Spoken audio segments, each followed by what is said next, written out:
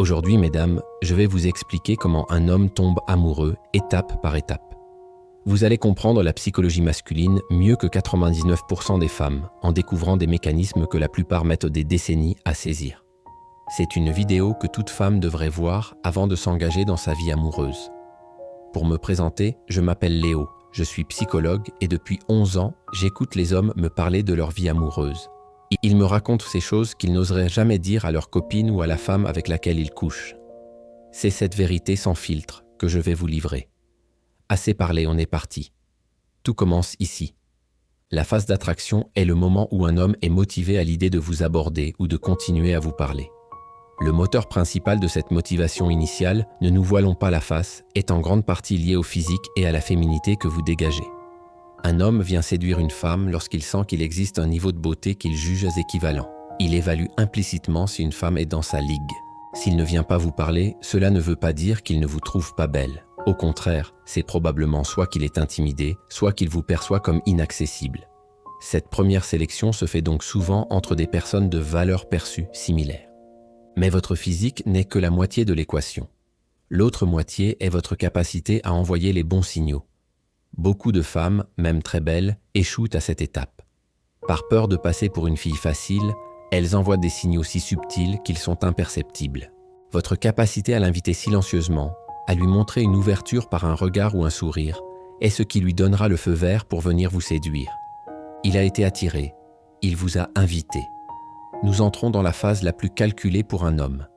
Plus vous lui plaisez physiquement, plus ses premiers rendez-vous seront une performance. Il est sous l'emprise d'un cocktail hormonal de nervosité, cortisol, et de motivation testostérone. Il sait qu'il doit vous faire rire, être divertissant, mais sans tomber dans la friend zone. Cette peur est fondamentale pour un homme au début de la séduction. C'est pour cette raison qu'il va souvent chercher à sexualiser l'interaction ou à initier un contact physique. Comprenez bien que ce rapprochement n'est pas toujours spontané. C'est souvent une manœuvre stratégique pour éviter d'être catalogué comme un simple ami. Durant cette phase, il se pose 1000 questions, analyse vos textos, demande conseil à ses amis. C'est le moment où il est le plus dans sa tête. Mais pendant qu'il performe, il vous évalue en silence. Une catégorisation se met en place dans son esprit. Une discrimination cruciale entre deux types de femmes, la femme partenaire et la femme dépanneuse.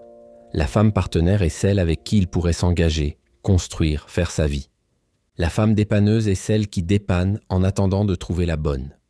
Une relation basée principalement sur le sexe et le court terme. Attention, il ne s'agit pas du coup d'un soir. Coucher une seule fois avec une femme demande trop d'efforts pour qu'un homme n'envisage pas de la revoir. La catégorisation est plus profonde. Et surtout, ces catégories ne sont pas figées. Une femme initialement perçue comme dépanneuse peut tout à fait devenir une partenaire, si elle sait activer les bons leviers d'attachement. J'ai personnellement été le plus amoureux d'une femme que j'avais, au départ totalement classée dans cette catégorie. Cette catégorisation dépend de nombreux facteurs. Le contexte de la rencontre, Tinder versus cercle d'amis, votre comportement, vos réponses à ces tests, mais aussi sa propre personnalité. Un homme plus jeune ou moins expérimenté aura tendance à idéaliser plus vite. Un homme plus âgé et plus cynique, comme je l'étais à une époque, aura tendance à classer par défaut toutes les femmes en dépanneuses, comme mécanisme de protection. C'est durant cette phase que votre rôle est crucial. Vous avez face à vous un homme motivé. Sa motivation est à son pic. C'est l'opportunité parfaite pour canaliser son énergie et commencer à construire non pas du désir, mais de l'attachement. Vous avez décidé de coucher avec lui. Pour lui, c'est le pic du désir et de la motivation, mais aussi une intense anxiété de performance. Il a peur de ne pas être à la hauteur, de ne pas durer, d'être comparé. Pour lui, ce premier rapport est souvent vécu comme un challenge accompli, une libération de tension. Et c'est ici que se produit une incompréhension fondamentale.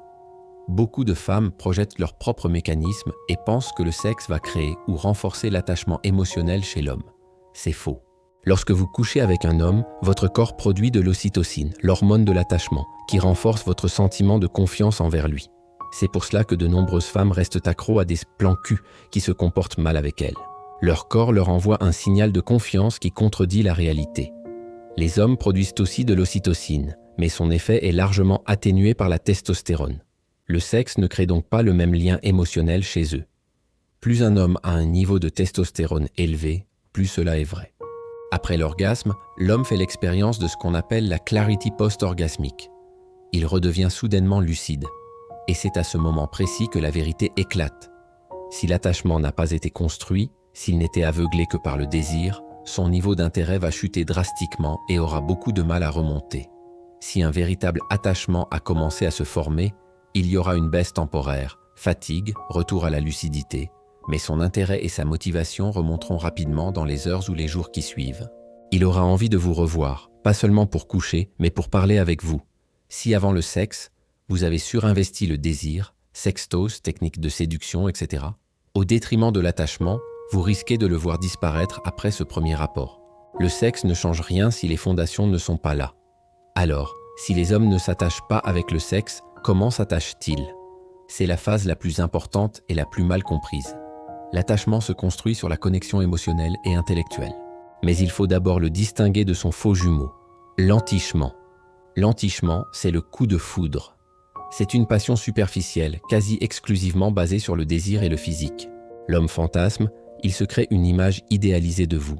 C'est temporaire et fragile. Plus il passera de temps avec la vraie vous, plus il sera déçu et plus la passion s'éteindra.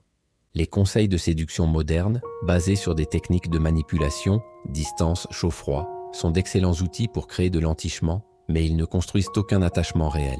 Vous avez l'impression qu'il est amoureux, mais il est juste drogué au jeu et à l'image qu'il se fait de vous.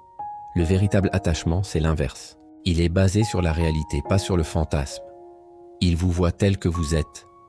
Il se renforce avec le temps passé ensemble, alors que l'entichement s'érode. Sa motivation reste stable même après l'orgasme, alors que celle de l'homme entiché s'effondre. Un homme qui s'attache développe de l'empathie. Il vous humanise. Vous n'êtes plus seulement un corps désirable, vous êtes une personne. Voici les signes d'un attachement naissant. Il s'intéresse aux détails. Il remarque votre manière de rire, la forme de vos mains, votre humour. Il retient des petites choses que vous lui avez dites. Un homme qui oublie systématiquement tout ce qui vous concerne n'est pas attaché. Il veut vous impressionner. Il cherche votre admiration, pas seulement votre désir. Il veut vous montrer qu'il est intelligent, fort, compétent. Votre regard admiratif prend plus de valeur à ses yeux que le sexe. Il aime parler avec vous. La connexion intellectuelle devient cruciale. Une conversation stimulante devient aussi excitante qu'un préliminaire. Il a envie de vous inviter au restaurant, de faire des activités, de passer du temps en dehors du lit. Il commence à se dévoiler. Avec prudence, il va tester le terrain en partageant une petite vulnérabilité. Il sait qu'il doit rester masculin, mais il cherche à créer une connexion plus profonde. Il parle de vous à ses amis. Vous n'êtes plus un secret. Vous commencez à faire partie de son monde social. Il parle de vous à ses amis. Vous n'êtes plus un secret. Vous commencez à faire partie de son monde social. C'est en investissant sur ces leviers, connexion intellectuelle, admiration, empathie, que vous construisez un attachement durable. Lorsque l'attachement est suffisamment fort, on entre dans la phase d'intégration. Il veut vous faire entrer dans sa vie. Vous n'êtes plus une activité du week-end. Il veut vous présenter à ses amis, partager ses passions, créer des projets avec vous. Mais c'est aussi durant cette phase qu'il va vous tester avant de basculer vers l'engagement. Car l'engagement masculin, surtout pour un homme de qualité qui a le choix, est une décision rationnelle. Il a dépassé le désir et l'émotion. Il se pose une question froide et logique. What's in it for me? Qu'est-ce que l'engagement avec cette femme va m'apporter de plus que je n'ai déjà? Est-ce que cette femme est un bon investissement pour mon avenir? Il va donc tester un critère fondamental, votre loyauté. Serez-vous de son côté, même quand il a tort? Le défendrez-vous en public? Un ami m'expliquait son hésitation à s'engager avec sa copine. Politiquement opposé, il sentait que lors de dîners avec les amis de sa compagne, si jamais il exprimait ses propres convictions, elle se liguerait avec ses amis contre lui, plutôt que de le soutenir. Il sentait que sa loyauté s'arrêtait là où ses convictions à elle commençaient. Ce n'est pas bon. Un homme doit sentir que vous êtes son allié numéro 1 contre le reste du monde s'il le faut. J'ai moi-même fait passer un test de loyauté à une ex-copine. Je lui ai demandé de me promettre de ne pas publier sur Instagram une photo que je prendrais d'elle. Une semaine plus tard, la photo y était. Quand je l'ai confrontée, sa réponse fut « Ce n'est qu'une photo, tu exagères ». J'ai compris que nous n'avions pas le même code moral. Ce n'était pas une question de photo, mais de promesse. J'ai su qu'elle ne serait pas loyale. Un homme qui s'engage le fait parce qu'il vous considère comme exceptionnel, comme la meilleure option possible pour il ne le fait pas par pression sociale ou parce qu'il est temps de se marier. La femme passe avant le projet. Il choisit la femme, puis il construit le projet avec elle.